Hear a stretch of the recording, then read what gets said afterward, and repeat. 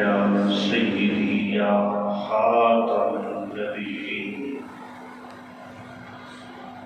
نور اول چمکیا غائب اندھیرا ہو گیا، کملی والا آ گیا، تھان تھان سویرا ہو گیا۔ حشر تک ڈالیں گے ہم پیدائش مولا کی دھوم، مثل فارس نجد کے قلعے گراتے جائیں گے، خاک ہو جائیں عدو چل کر مگر ہم تو رضا، دم میں جب تک دم ہے ذکر ان کا سناتے جائیں گے۔ سرکار کی آمد مرحبا، منتھار کی آمد مرحبا، بکی کی آمد مدنی کی آمد، دونوں آنکھ اٹھا کر حضور سے محبت کا اظہار کریں۔ لبیک یا رسول لبیک یا رسول لبیک، یا رسول تاجدار ختم نبوت زندہ باد، زندہ تاجدار ختم نبوت زندہ باد، منصب کا نبی کیا۔ اقتلوہ۔ اللہ تعالیٰ کی حمد و ثنا، پیارے آقا کی بارگاہ میں ہدیہ درود و سلام عرض کرنے کے بعد نہایت ہی معزز و محترم محتشم سامعین و حاضرین، دعا ہے رب ذوالجلال آج کے مبارک دن میں اپنے گھر میں ہماری حاضری کو شرف قبولیت عطا فرمائے۔ حضور کے میلاد کا صدقہ ہم سب کی کامل مغفرت فرمائے۔ اللہ تعالیٰ اپنے محبوب مکرم کو بے شمار ایسی خوبیاں عطا فرمائیں جو سیدنا آدم علیہ نبی علیہ السلام سے لے کر آخری انسان اولین اور آخرین میں سے کسی کو نہیں عطا فرمائی۔ رسول اللہ صلی اللہ علیہ وسلم نے اپنی زبان مبارک سے اپنی خوبیاں بیان فرمائی، بلکہ ایسی کئی عنایات کا حضور علیہ السلام پر رب ذوالجلال نے خود قرآن مجید برہان رشید میں تذکرہ فرمایا، اور ان تمام کو خصائص سے مصطفیٰ کہا جاتا ہے کہ یہ حضور علیہ السلام کو اللہ نے ایسی خوبیاں عطا فرمائی جن کا کوئی شمار نہیں ہے، یعنی کہ حضور علیہ السلام کی جو فضائل اور مناقب ہیں ان کا شمار نہیں۔ ان کا شمار کیوں نہیں ہے؟ اس کی وجہ یہ ہے کہ اللہ تعالیٰ نے کوئی حد مقرر ہی نہیں فرمائی، یعنی اللہ تعالیٰ اپنے محبوب کے فضائل کو بیان کر دیتا، بعد وہاں رک جاتی تو بات ختم تھی۔ اللہ تعالیٰ فرما رہا ہے وَلَلْآخِرَةُ خَيْرٌ لَكَ مِنَ الْأُولَىٰ، اے محبوب آپ کے فضائل ہر لمحہ بڑھتے رہیں گے۔ اس آیت کریمہ کا سادہ مفہوم یہ ہے کہ محبوب ہم آپ کی شان میں ہر لمحہ آپ کا رب اضافہ فرماتا رہے گا۔ تو جب رب اضافہ ہر لمحہ فرمائے، ایک رب ایک دفعہ عطا فرماوے، اس کو بھی کوئی گر نہیں سکتا۔ جس محبوب کی شانیں رب ہر لمحہ بڑھائے، اس کی شانوں کو کون گر سکتا ہے؟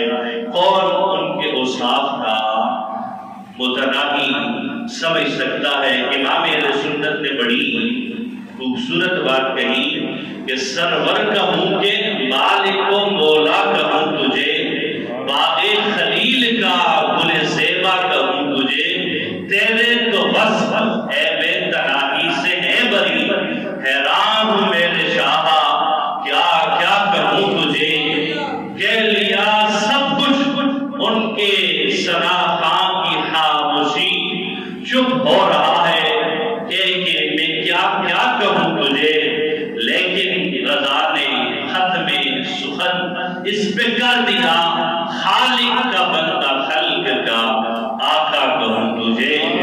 خالق کے بعد جتنی شانیں بھی ہیں وہ در مصطفیٰ پہ کھڑی ہیں، ساری شانوں کے مالک امام الانبیاء ہے۔ تو حضور علیہ السلام کی شان اور آپ کے خصائص میں سے ایک آپ کا خاصہ شان ولادت بھی ہے، یعنی کہ آپ کی جو ولادت ہے وہ بھی ساری مخلوقات میں سب سے نرالی ہے۔ آدم علیہ نبی علیہ السلام پہلے انسان سے لے کر آخری انسان تک کوئی انسان ایسا نہیں جس کی ولادت اس شان سے ہوئی۔ اس میں بھی حضور علیہ السلام منفرد ہے کہ آپ کی ولادت جو ہے بے مثال ہے، سب سے منفرد ہے۔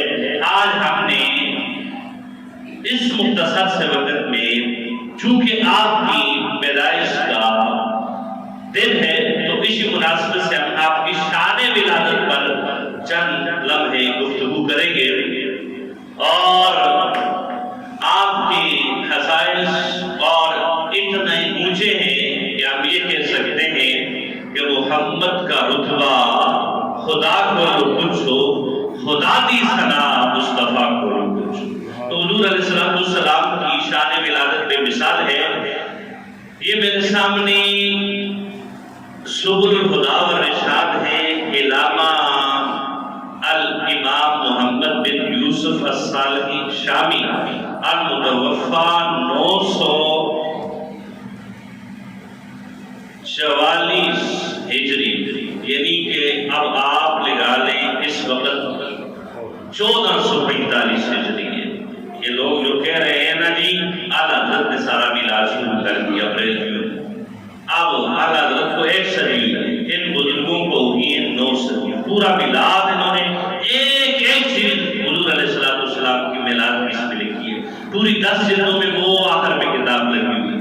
اگر اس کو میں عربی پڑھ کے ٹرانسلیشن کرتا رہوں تو اتنا ٹائم نہیں ہوتا، ورنہ میں نے ساری پہلی جلد میں جو حضور کی ولادت کا تذکرہ ہے اس کا مطالعہ کیا تو انہوں نے باقاعدہ لکھا کہ حضور کا میلاد 12 ربیع الاول کو پیر کے دن ہوا، اور طریق تبری کے جلد نمبر 2 صفحہ نمبر 125 میں امام تبری نے لکھا کہ حضور کی ولادت 12 ربیع الاول پیر کے دن ہوئی، اور تاریخ محمدون کی جلد نمبر 2 صفحہ نمبر 710 میں لکھا ابن خلدون نے کہ حضور کی ولادت 12 ربیع الاول پیر کے دن ہوئی، اور السیرۃ النبویہ للحشام میں ابن حشام نے جلد 1 صفحہ نمبر 171 پہ لکھا حضور کی ولادت 12 ربیع الاول پیر کے دن، یعنی کہ یہ 4 حوالے میں نے آپ کی امہات الکتب کے آپ کو دیے ہیں، یہ کہتے ہیں کوئی حوالہ ہی نہیں ہے دوسرا مکتبہ فکر ہے کہ 12 ربیع الاول کو ولادت کا وفات کا قول ہے وہ یہ کہتے ہیں۔ اس پر میں گزشتہ سالوں میں پوری بات کر چکا ہوں کہ کسی بھی لحاظ سے 12 کو وفات بنتی نہیں ہے۔ بہرحال آپ کو ولادت کے تذکرے پر میں نے 4 بڑی یعنی کہ جو تاریخ کی سب سے معتبر کتب ہیں ان کے حوالے دیے 4 کتابوں کے کہ حضور کا میلاد 12 ربیع الاول پیر کے دن ہوا، تو اس کی مناسبت سے آج 12 ربیع الاول ہے تو ہم حضور کی ولادت کا تذکرہ کریں گے۔ تو اللہ کے محبوب علیہ السلام نے خود اپنی ولادت کا تذکرہ فرمایا اور کس انداز میں فرمایا۔ رسول اللہ صلی اللہ علیہ وسلم کا فرمان مستدرک علی الصحیحین میں صحابی رسول الباس بن ساریہ فرماتے ہیں مصطفیٰ جان رحمت تو میں نے فرماتے ہوئے سنا، نبی علیہ السلام نے فرمایا انی عند اللہ مکتوب بخاتم النبیین وان آدم لمنجدد فی دینا، کہاں اس وقت بھی رب کی بارگاہ میں خاتم النبیین لکھا ہوا تھا جب آدم علیہ نبی علیہ السلام ابھی مٹی اور گارے کے درمیان تھے، یعنی ابھی وہ پیدائشی مراحل میں تھے، ان کا جسد خاکی تیار ہو رہا تھا، تب بھی رب الجلال کی بارگاہ میں آخری نبی تھا، اللہ نے مجھے یہ مقام عطا فرمایا ہوتا ہے، یعنی اپنی ولادت کا اپنی شان کا حضور علیہ السلام خود تذکرہ فرما رہے ہیں۔ مزید حضور علیہ السلام نے فرمایا وَسَأُخْبِرُكُمْ بِأَوَّلِ ذَلِكَ دَعْوَةُ إِبْرَاهِيمَ وَبَشَارَةُ عِيسَىٰ وَرُؤْيَا أُمِّي الَّتِي رَأَتْ حِينَ بَدَأَ أَنَّهُ خَرَجَ مِنْهَا نُورٌ أَضَاءَتْ لَهَا مِنْهُ قُصُورُ الشَّامِ۔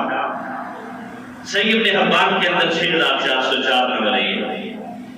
حضور علیہ السلام نے فرمایا میں اپنے جد امجد حضرت ابراہیم علیہ السلام کی دعا اور حضرت عیسیٰ علیہ السلام کی بشارت اور اپنی ماں کا وہ خواب جو اس نے پیدائش کے وقت دیکھا، کہا انہوں نے دیکھا کہ ان کے بدن سے نور نکل رہا۔ کیا فرماتی ہیں جناب حضرت آمنہ سلام اللہ علیہ، اپنے بچوں کی شادی بھی جلدی کرنی چاہیے، اس میں ہمارے لیے یہ جوڑا بڑا عظیم الشان کائنات میں اس سے بڑا جوڑا میں کہتا ہوں ہے کوئی نہیں، جن یہاں امام الانبیاء کی ولادت 17 سال عمر ہے سیدہ آمنہ کی، 18 سال عمر ہے سیدہ عبداللہ کی، شادی ہوئی۔ آج جو کہتے ہیں ہم نے تو ابھی بچوں کی عمر ہی نہیں ہوئی، سارے گناہ کر لیں بعد میں شادی کر دی، وسائل کے باوجود لوگ شادی نہیں کرتے۔ بات یہ کر رہے تھے کہ حضور علیہ السلام کی والدہ نے کہا میرے جسم اقدس سے نور نکلا، جس سے میں نے شام کے معاملات کو دیکھ لیا، تو اب آپ اندازہ لگائیں کہ ایسا نور ہوگا جس کی اتنی چمک ہوگی کہ اتنی دور تک پھیلی۔ حضور کی والدہ مکے میں اور دیکھ رہی ہے شام، تو کتنا بڑا حضور علیہ السلام کی ذات نور ہے۔ بعض لوگوں کو نور پر بھی جو ہے وہ کہتے ہیں نور حسی نہیں ہے، نور مانوی ہے۔ ہم نے کہا نور مانوی تو ہر مومن کا سینہ بھی نور مانوی ہے، قرآن بھی نور مانوی ہے، یہ حضور نور حسی ہے۔ امام علیہ سنت فرماتے ہیں شمع دل مشکات تنسینہ سجاجہ نور کا، تیری صورت کے لیے ہے آیا سورہ نور کا، صبح دیوہ میں ہوئی بٹتا ہے باڑا نور کا۔ تو حضور علیہ السلام نور حسی ہے، یہ دلیل ہے۔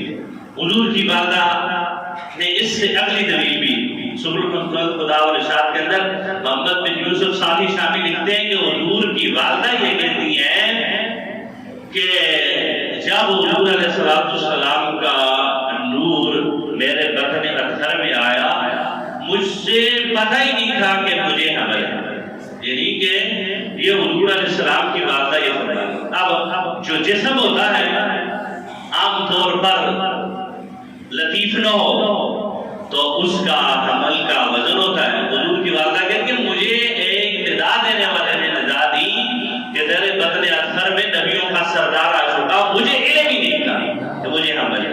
تو پتہ چلا حضور نور ہے۔ یہ دونوں باتیں حضور علیہ السلام کے نور ہونے کو، اور بات کر رہے تھے ہم حضور کی شان ولادت کی۔ اس قدر حضور علیہ السلام کی شان ولادت ہے کہ ولادت کے وقت حضور علیہ السلام کے نور کے یہ اظہار ہو رہے ہیں۔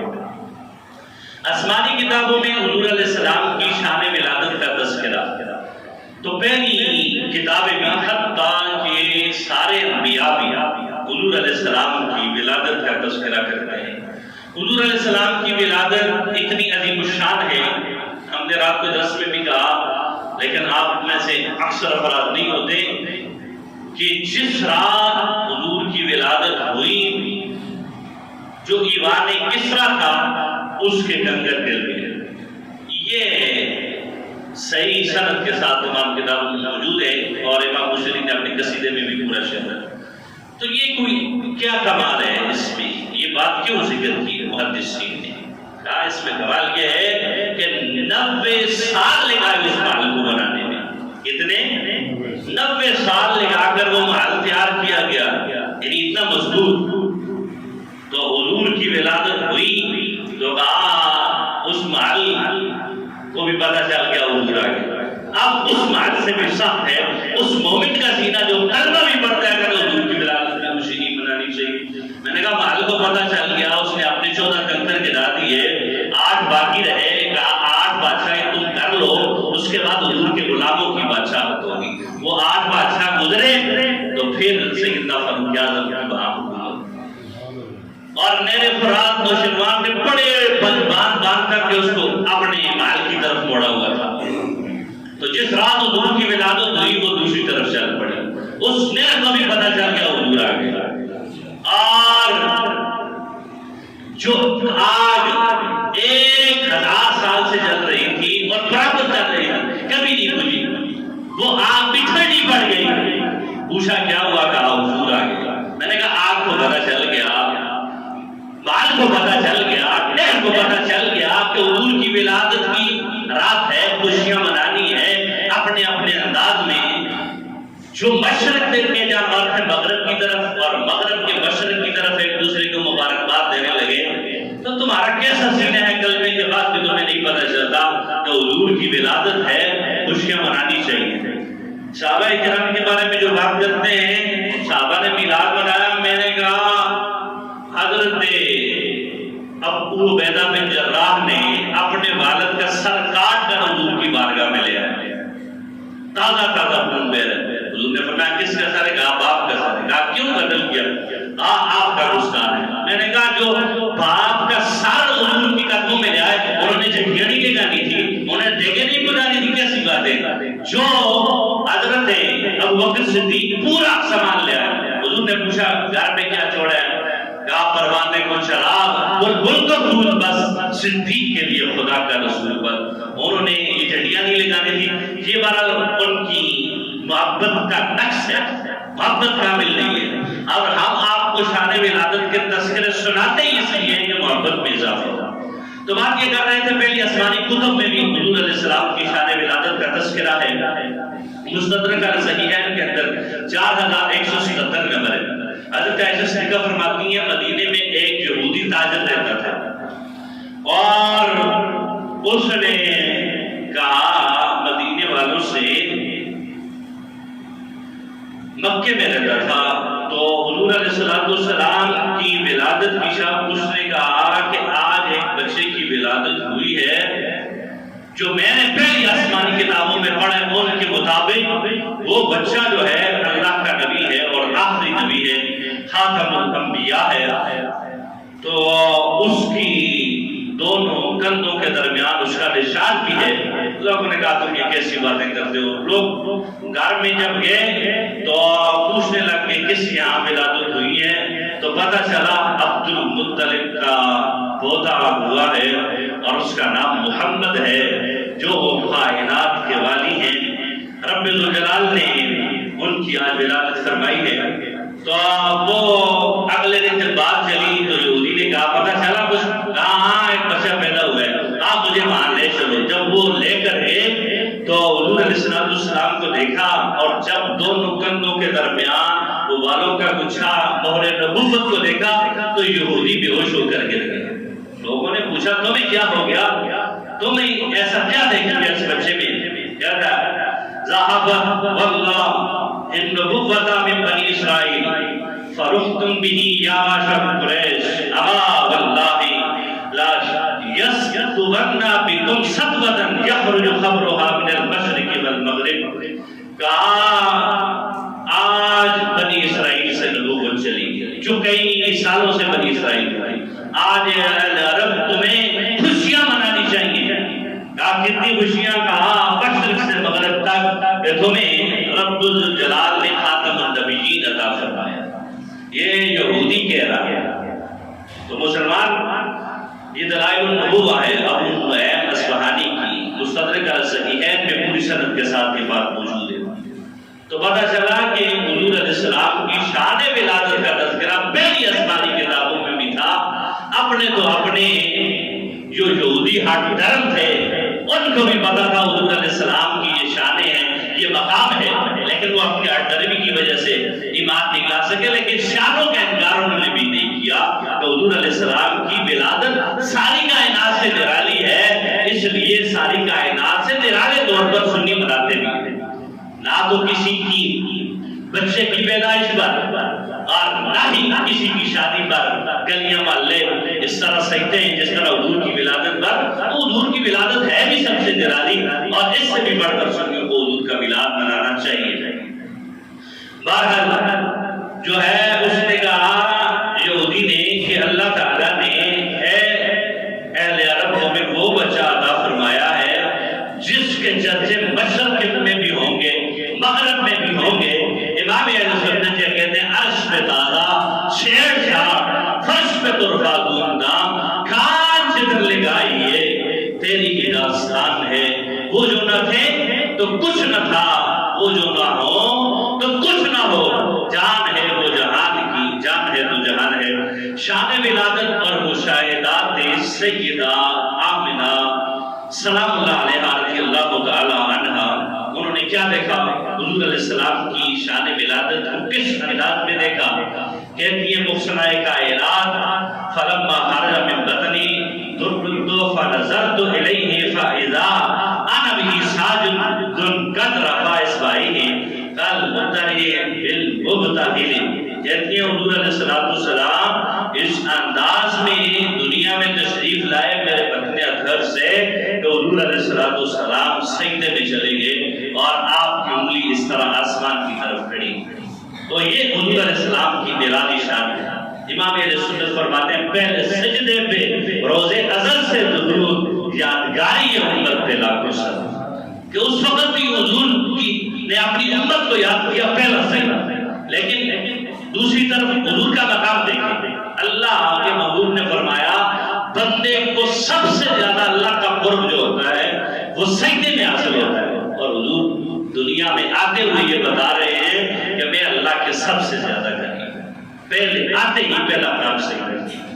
آگے شان ولادت کو مزید بیان کرتے ہوئے سیدتنا آمنہ رضی اللہ تعالیٰ فرماتی ہیں کہ حضور علیہ السلام کو ایک سفید بادل نے ڈھانپ لیا اور حضور علیہ السلام غائب ہو گئے۔ کچھ لمحے کے بعد حضور علیہ السلام کو میں نے دیکھا، وہ سامنے تھے اور ان کے ہاتھ میں 3 چابیاں تھیں، اور جو ہے سفید ریشم میں آپ تھے اور آپ کے نیچے بچھونا بھی ریشم کا تھا۔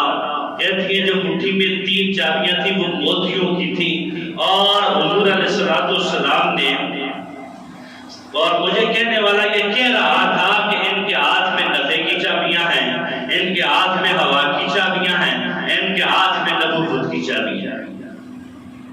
جو لوگ یہ کہتے ہیں کہ جن کا نام محمد اور علی ہو وہ کسی کو نفع نقصان نہیں پہنچا سکتے، میں نے کہا ابھی حضور کی ولادت ہوئی ہے، اعلان نبوت نہیں فرمایا، سیدہ آمنہ فرماتی ہیں۔ دلائل النبوہ امام ابو نعیم اصفہانی کہتے ہیں کہ حضور کے ہاتھ میں سارے نفعوں کی چابیاں ہیں۔ تو پتہ چلا حضور کو ہی اللہ نے ساری مخلوقات تک نفع پہنچانے کا ذریعہ بنا کر بھیجا ہے۔ کائنات کی ساری مخلوقات کے لیے آپ کو رحمت للعالمین بنا کر بھیجا ہے۔ اور کر کے پھر دوسری مرتبہ سیدہ آمنہ فرماتی ہے میں نے دیکھا کہ پھر ایک بادل آیا اور حضور علیہ السلام کو ڈھانپ لیا، آپ میری نگاہوں سے اوجھل ہو گئے۔ پھر حجاب دور ہوا تو میں نے دیکھا آپ سبز ریشم میں لپٹے ہوئے اور کپڑا حضور کی مٹھی میں ہے، اور کوئی منادی پکار رہا ہے بخ بخ قبض محمد علی الدنیا کلها لم يبق خلق من اهلها الا دخل في قبضه، واہ واہ ساری دنیا جان عالم کی مٹھی میں آ گیا، کائنات حضور کی مٹھی میں آ گئی ہے۔ یہ کہنے والا کہہ رہا ہے آج زمین و آسمان کی تمام مخلوق آپ کے قبضے میں ہے۔ یہ حضور علیہ السلام کی شان ولادت ہے جس کو سیدتنا آمنہ سلام اللہ علیہ بیان کر رہی ہے۔ حضور علیہ السلام کی جس سال ولادت ہوئی اس سال عرب میں بڑا قحط تھا، یعنی کہ لوگوں کے مالی حالات بالکل دگرگوں تھے۔ تو حضور علیہ السلام کی جب آمد ہوئی تو نبی کریم صلی اللہ علیہ وسلم کی آمد سے سارا قہر ختم ہو گیا، لوگوں کو بڑی نعمتیں ملی۔ اور سیرت عربیہ کے اندر امام نے لکھا کہ اس سال کو لوگوں نے کہا سنۃ الفتح والابتہاج، یہ اللہ کی طرف سے وسعت اور خوشحالی کا سال ہے۔ تو حضور علیہ السلام کی یہ شان ہے، حضور آئے تو سر آفرین شفاعت گئی دنیا، اندھیروں سے نکل کر روشنی میں آ گئی دنیا۔ تو حضور علیہ السلام کی شان ولادت ہر جہت میں بے مثال ہے۔ تذکرہ شان ولادت اور بعثت سے خوشی، یہ آج میں اس ہستی کا تذکرہ اس لیے بھی کر رہا ہوں کہ اللہ کے محبوب ان کے اسلام لانے پر سارے صحابہ میں سب سے زیادہ خوش ہوئے اور آسمان والے بھی خوش ہوئے، ایک دوسرے کو مبارکباد دینے لگے۔ جناب حضرت عمر رضی اللہ تعالیٰ ایک لائن نے آپ کی کچھ لوگوں نے گستاخی کی، اللہ تعالیٰ حضور کے صحابہ کے گستاخوں کو عبرتناک سزا دے اور ہمیں ان کو سزا دلوانے میں امت مسلمہ کو اپنا کردار ادا کرنے کی توفیق عطا فرمائے۔ تو حضور کے صحابہ حضور کی باتیں سن کر خوش ہوتے تھے، اور اپنی محبت میں اضافہ فرماتے تھے۔ یہ سارا ذکر حضور کا آپ کے سامنے کرنے کا مقصد یہی ہے کہ حضور کی محبت میں اضافہ ہو اور آپ کی اطاعت کی طرف آنا ہے۔ یہی میلاد کا مقصد ہے، بیان کرنے کا، محافل میلاد کا سارا۔ اگر یہ چیز نہیں، محبت میں اضافہ نہیں ہوا، پورا ربیع الاول گزر گیا، سمجھ لیں پھر آپ کو فائدہ نہیں ہوا، یا آپ اطاعت رسول کے قریب نہیں آئے تو پھر سمجھ لیں آپ نے میلاد کا مہینہ ایسے گزار دیا، اس میں آپ نے نقصان ہی اٹھایا۔ اور بات یہ کر رہے تھے حضور کے صحابہ حضور کا میلاد، حضور کا تذکرہ سن کر خوش ہوتے تھے۔ تو حضور علیہ السلام کے پیارے صحابی حضرت عمر نے ایک دفعہ حج کے موقع پر خطبہ دیتے ہوئے کہا سواد بن طارق کہاں ہیں؟ تو آگے سے کوئی جواب نہیں ملا۔ اگلا سال آیا، پھر کہا سواد بن طارق کہاں ہیں؟ تو آگے سے ایک صحابی رسول نے پوچھا آپ ان کا اتنا تذکرہ کیوں کر رہے ہیں، کیا وجہ ہے؟ کہا ان کے ایمان لانے کا انوکھا واقعہ ہے جس میں حضور علیہ السلام کی شانوں کا بڑا اظہار ہے، اس لیے میں ان کا پوچھ رہا ہوں۔ جب دوسری دفعہ پوچھا تو سواد بن طارق آگے سے تو کہا اپنی ایمان لانے کا ذرا واقعہ سنو۔ کہا میں ہندوستان میں تھا تو میرا ایک جن دوست بنا ہوا تھا، تو وہ مجھے رات کو خواب میں آیا، کہنے لگا تمہیں کیا ہو گیا ہے؟ اللہ نے مدینے میں وہ نبی بھیج دیا ہے جس کو اللہ نے ساری غیب کی خبریں بھی عطا فرمائی ہیں، تو جا تم ان کی بارگاہ میں حاضر ہو۔ سواد بن طارق کہتے ہیں مجھے اس نے خطا کے اتنا شوق دلایا، جگا دیا۔ کہتے 3 راتیں مسلسل ہوا، پھر میں نے رفت سفر مانگا، حضور کی بارگاہ میں بھی تشریف لے آیا تو نبی کریم صلی اللہ تعالی علیہ وسلم نے مجھے دیکھا اور فرمایا مرحبا بکا سواد بن طارق قد علمنا ما جاء بکا۔ سواد بن طارق خوش آمدید، ہمیں تمہارے آنے کی وجہ بھی معلوم ہے، ہمیں تمہارے آنے کی وجہ بھی معلوم۔ جو کہتے ہیں دیوار کا پیچھے بیل نہیں، یہ بندہ ہندوستان سے چل رہے رات کو خواب دیکھا، حضور فرما رہے ہیں مجھے تمہارے آنے کی وجہ معلوم۔ عرض کرنے لگے یا رسول اللہ ایک قصیدہ لکھا ہے وہ سن لیجئے۔ تو سواد بن طارق نے وہ قصیدہ سنایا گا فاشهد ان اللہ لا رب غیرہ وانک معبود علی کل غائب۔ میں گواہی دیتا ہوں اللہ کے علاوہ کوئی معبود نہیں، اور میں گواہی دیتا ہوں آپ ہر غیب کے امین ہیں، یعنی اللہ نے آپ کو ہر غیب کا علم عطا فرما دیا۔ یہ صحابی رسول حضور کے سامنے کہتے ہیں وَأَنَّكَ أَنْتَ الْمُرْسَلِينَ شَفَاعَةً إِلَى اللَّهِ يَا ابْنَ أَكْرَمِ أَطَالِبِ۔ اللہ کی بارگاہ میں آپ کی شفاعت تمام رسولوں کی شفاعت سے زیادہ مقبول ہے۔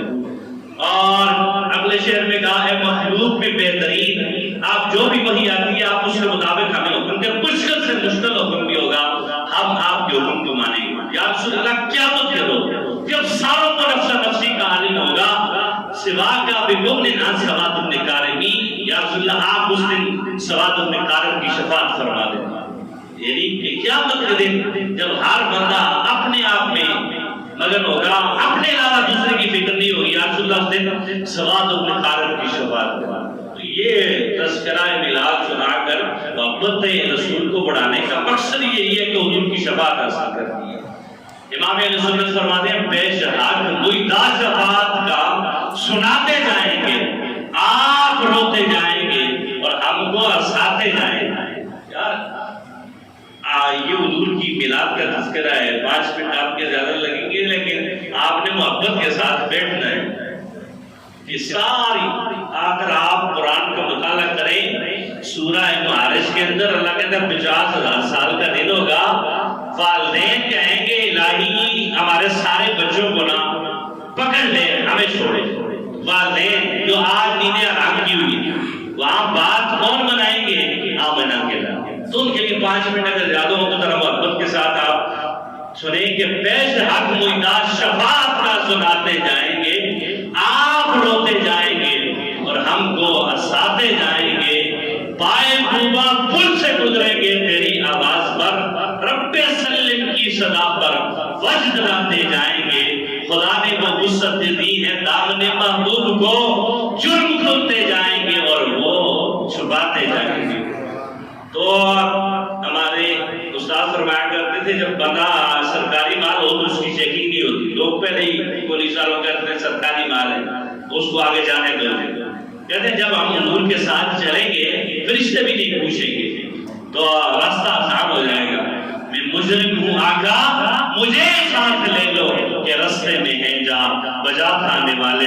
تو حضور کے وہاں سے سفارش کر کے ہمیں حتیٰ کہ حضور حدیث میں آتے ہیں ایک امتی بھی جب جہنم میں ہوگا حضور علیہ السلام چین سے نہیں بیٹھیں گے. تو پھر امتی حضور کی سنتوں کو نہ اپنائے. تو بات یہ کر رہے تھے کہ یہ سعد بن قارب نے سارا واقعہ اپنا سنایا. ایسے میں نے حضور کو اشعار سنائے. حضور علیہ السلام کتنے خوش ہوئے. سیدنا سعد بن قارب کہتے ہیں فضحک رسول اللہ حتی بدت نواجذہ. میں نے جب حضور کو یہ باتیں سنائی تو حضور علیہ السلام اتنا ہنسے کہ آپ کی داڑھی مبارک نظر آنے لگی. تو حضور علیہ السلام اتنا خوش ہوئے اپنے تذکرے سے. پتہ چلا ہم حضور کا تذکرہ کر رہے ہیں تو حضور بھی خوش ہو رہے ہیں. اور حضرت عمر رضی اللہ تعالیٰ عنہ کتنے خوش ہوئے. کہتے ہیں قد كنت احب ان اسمع هذا منك. کہتے ہیں تو نے مجھے اپنی ایمان کا واقعہ سنایا حضور کی شانیں سنائی میرا دل بہت خوش ہوا. اور حضرت عمر نے کھڑے کر کے اس کو پھر سعد بن قارب کو اپنے سینے سے لگایا. یعنی خطبہ چھوڑ کر پیچھے آئے ہوں گے. حضرت عمر پھر سعد بن قارب کو سارے مجمع میں سے اپنے سینے سے لگایا. تو کہا حضور کی شانیں سن کر بندوں کے چہرے مرجھائے نہیں. حضور بھی خوش ہوتے ہیں, حضور کے صحابہ بھی خوش ہوتے ہیں, اور ہمیں بھی حضور علیہ السلام کا تذکرہ سن کر خوش ہونا چاہیے. آخری بات شان ولادت کا ذکر محبت اور اطاعت فرق. نبی کریم صلی اللہ علیہ وسلم کا یہ ذکر کرنے کا مقصد یہ ہے کہ آپ کی محبت میں اضافہ ہوگا, اور جب آپ کی محبت میں اضافہ ہوگا تو بندہ آپ کی اطاعت بھی کرے گا. جن بندوں کے پاس اطاعت رسول ہے لیکن محبت رسول نہیں, ان کے اعمال ان کو کام آنے والے نہیں ہیں. اور جن کے پاس جو ہے محبت رسول کا دعویٰ ہے لیکن اطاعت رسول نہیں, ان کو بھی ذرا اس حدیث کے ضمن میں سوچنا چاہیے. حضور علیہ السلام اپنے پیارے غلام صحابی حضرت انس بن مالک کو کہتے ہیں کہ اے انس کہ میری سنت یہ ہے کہ تم رات کو اس حال میں سو کہ تمہارے سینے میں کسی مسلمان کا کھوٹ نہ ہو. یہ تمہارا انداز ہونا چاہیے رات کو, یعنی سب کو معاف کر کے سو. مطلب یہی بنتا ہے. لیکن حضور علیہ السلام نے فرمایا یا بنیا ان قدرت ان تصبح تمسی لیس فی قلب البشر سنت او من احیا سنتی فقد احبنی. آج اس نے لوگوں کے اندر میری جو سنت ہے اس کو زندہ کر دیا, خود بھی عمل کیا, لوگوں کو بھی ترغیب دلائی. فقد احبنی, اس نے مجھ سے پیار کیا, اس نے مجھ سے محبت کی. ومن احبنی کان معی فی الجنہ, جس نے مجھ سے محبت کی وہ جنت میں بھی میرے ساتھ ہوگا. تو پتہ چلا کہ ہم اگر حضور کی محبت کا دعویٰ کرتے ہیں تو پھر ہم محبت رسول کے دعوے میں سچے کب ہوں گے جب ہم حضور کی سنتوں کو اپنائیں گے. جب جمعے کے بعد ایسے مسجد سے بھاگیں گے جیسے باندھے ہوئے تھے سنتیں, جو بندہ ہفتے بعد آیا مسجد میں آپ اس نے ذات رکھتے ہیں, لیکن جو بندے اس نے ذات بھی ایسا نہیں ہونا چاہیے کہ بندے کو عمل سے دور کر دے. جو بندہ ایک ہفتے بعد مسجد میں آیا, آتا ہی نہیں, نمازیں ہفتہ پڑھتا ہی نہیں, ہفتے بعد اس کو توفیق ملی, اب اس کے بارے میں ہم اس نے ذات کیسے کر سکتے ہیں کہ وہ جا کے جہاں سننے گھر میں پڑے گا. یہ تو اس بندے کا لیے اس نے ذات ہو سکتا ہے کہ جو بندہ 5 وقت نمازی ہے وہ گھر بھی گیا, چلو ہم یہ کہیں گے جی وہ سننے گھر میں جا کر کرتے ہیں. تو حضور کی سنت سے پیار کریں, یہی حضور کے میلاد کی آمد کا مقصد ہے. حضور نے فرمایا فمن رغب عن سنتی فلیس منی, جس نے میری سنت کو چھوڑا وہ ہمارے طریقے پر نہیں ہے. بہرحال آخری بات, آج امت مسلمہ کیوں ان پریشانیوں کا شکار ہے. علامہ اقبال اس کے بارے میں کہتے ہیں کہ ایک رات کہتے شیشہ پیش خدا و درست اسم ذات مسلمان جرا سرات و خراب زر. کہتے ہیں کہ میں نے ایک رات رب ذوالجلال کی بارگاہ میں یہ عرض کی مولا یہ مسلمان آج کیوں ذلیل و خوار ہو رہے ہیں, وجہ کیا ہے؟ تو کہتے ہیں کہ ندا آمد نبی دانی کا ای قوم دل دارت و محبوب نہ دارت. کہتے ہیں اس قوم کے زوال کی وجہ یہ ہے کہ ان کے پاس دل تو ہے لیکن محبوب نہیں. ان کے پاس دل تو ہے, رب ذوالجلال کی طرف سے کہتے ہیں مجھے علامہ اقبال یہ ندا ہوئی کہ ان کے پاس دل ہے محبوب نہیں ہے. یعنی کہ حضور کی محبت سے ان کے سینے اب خالی ہیں. ان کے زوال کی وجہ یہی ہے. آج مسلمان اگر دونوں جہانوں میں عروج چاہتے ہیں تو حضور کی غلامی میں آنا پڑے گا, حضور کی محبت کو اپنے سینے میں بسانا پڑے گا.